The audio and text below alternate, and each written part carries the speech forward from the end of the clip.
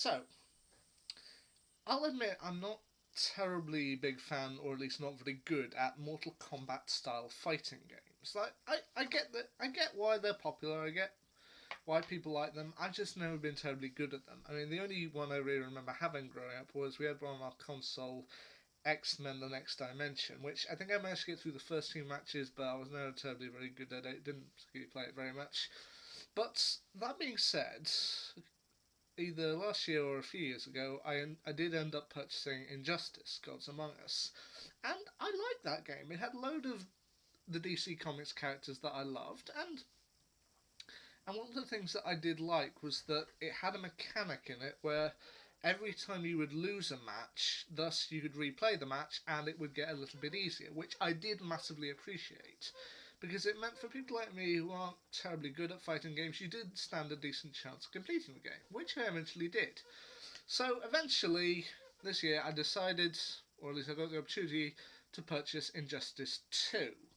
And once again, I think it's more of the same stuff. I mean, once again, it has the mechanic that it gets easier, with one match where it doesn't, but I'll get along to that. So, Injustice 2, in the previous Injustice game, it's famous now by this point that Joker caused a chemical, uses gas to make Superman believe that Lois and her unborn child are actually Doomsday, so he sends them into space and kills them, so the Superman ends up killing the Joker and ends up down a dark path where he believes that sometimes superheroes do need to murder villains in order to keep the rest of the world safe, with Batman strongly against him. And Injustice 2 continues on this storyline, except this time, while in the previous game there were kind of heroes from the other worlds, like a Batman and such from another Earth, this time it's all contained to one Earth, so you are watching them kind of deal with this.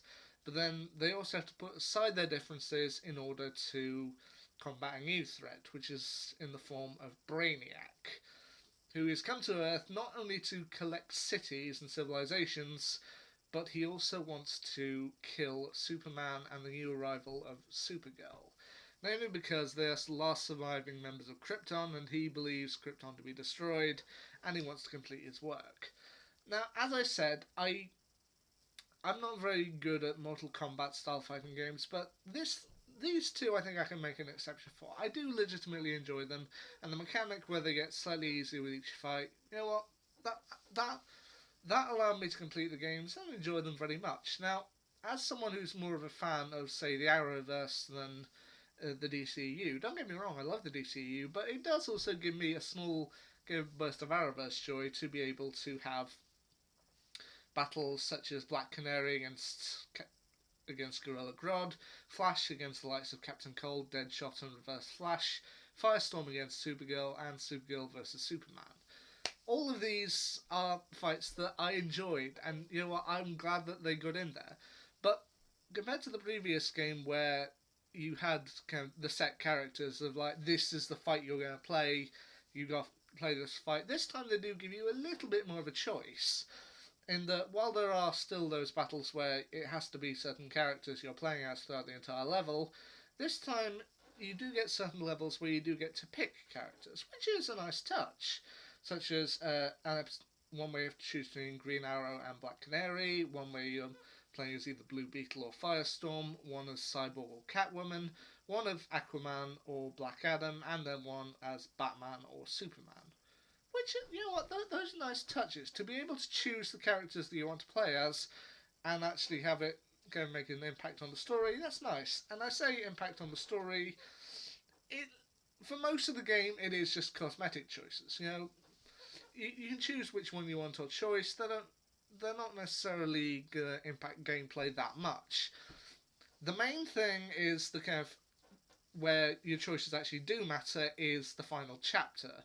Once you've defeated Brainiac, you then go and make a choice of which hero you want to play as to end the game on, and that will get you a specific ending.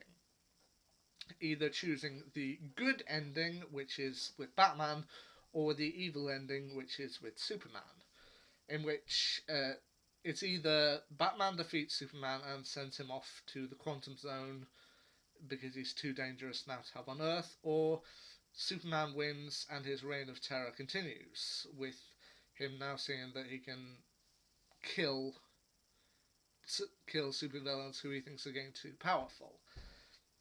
Now, what most of these battles I said that they do get slightly easy each time you lose, and I do love that. The one where it doesn't, and this one took me a while to get around, was Batman against Brainiac. Literally, I spent 2 days on this fight, almost 2 days, basically trying and trying and trying, and it would always be that you get a few blows in as Batman, get a few points down, and then Brainiac would just launch into an attack which would knock you down about 20 more points. And he was a royal pain to try and defeat. And I thought I had it on the easy setting, so I was just thinking, blimey, this guy really is hard. And then I thought, well, I can't really set it any lower if it's on easy, and then found it very easy. So it's like, ugh.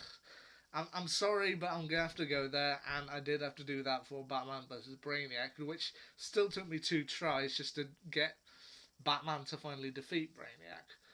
But yeah, that's the only battle in the game where really it's hard, and I'm sorry, I had to go there. But you know what? I still enjoyed Injustice 2 for what it is. As I've said twice in this video, I'm not the biggest fan of these style of games. I'm not really that good at them, knowing which attacks to use when. But you know what? For someone to just have a bit of DC Comics fun with a good game, and the two Injustice games I do think fit that bill. The only thing I would mildly say against it, aside from the spectacularly hard final Brainiac fight, is that the version that I did purchase on Steam, the cutscenes did tend to be a little bit lagging. I don't know if anyone else has had this problem. I mean, I looked it up on YouTube and it did appear that this was a thing that just happened to be in these versions of the game. But you know what?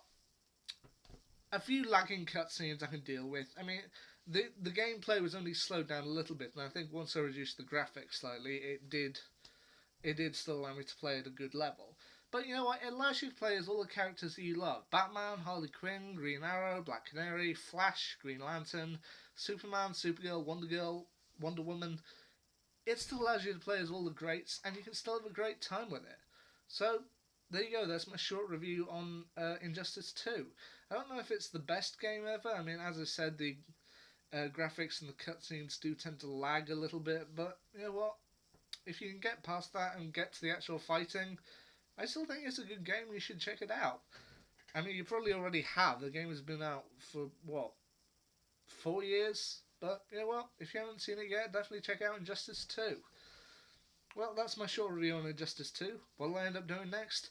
Well, I'm halfway through the Sonic the Hedgehog movie, so when I'm done with that, I'll let you know. And until then, see ya.